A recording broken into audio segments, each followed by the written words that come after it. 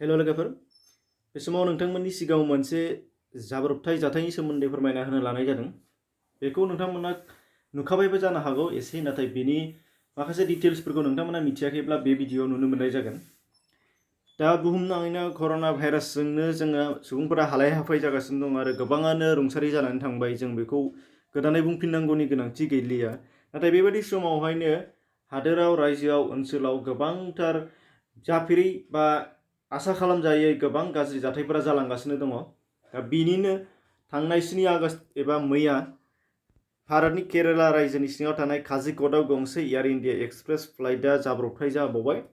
दा जाथाया कारिपुर एयारपर्टआव जादों। बानायाव एबा लेन्डिं खालामनायाव 7:45 PM हथात 7:45 बेलासि समाव बियो जादों आरो।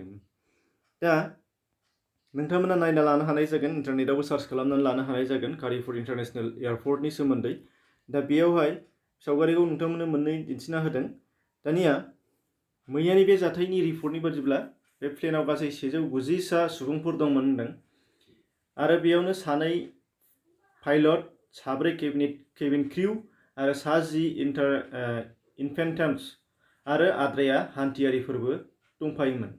दा फिन रिपर्टनि बादिब्ला बेयाव थैनायनि बेलायाव 2 पाइलट बिथांमोना 2बो थैलांबाय आरो बिथांमोनखौ केप्टेन DP सात आरो सासेखौ बिथांनिनो को-पाइलट अखिलेश कुमार होननानै मिथिनाय जादों।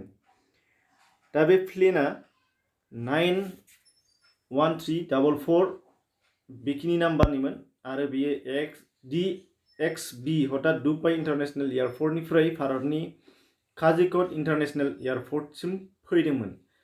नाथाय लेन्डिंनि 35 फिट गोजौनिफ्रायनो बेयो गोख्रैयै गोग्लैदों होनदों।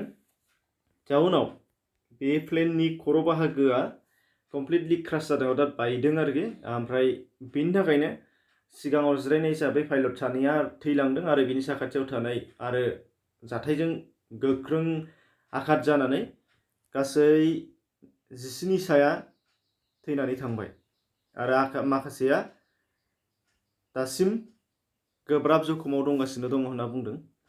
दा बेखिनिमोन आरो बेनि आपडेटआ उनावहाय समफोराव फैबाय थागोन, नोंथांमोना नुनो मोननाय जागोन। एसेनोसै।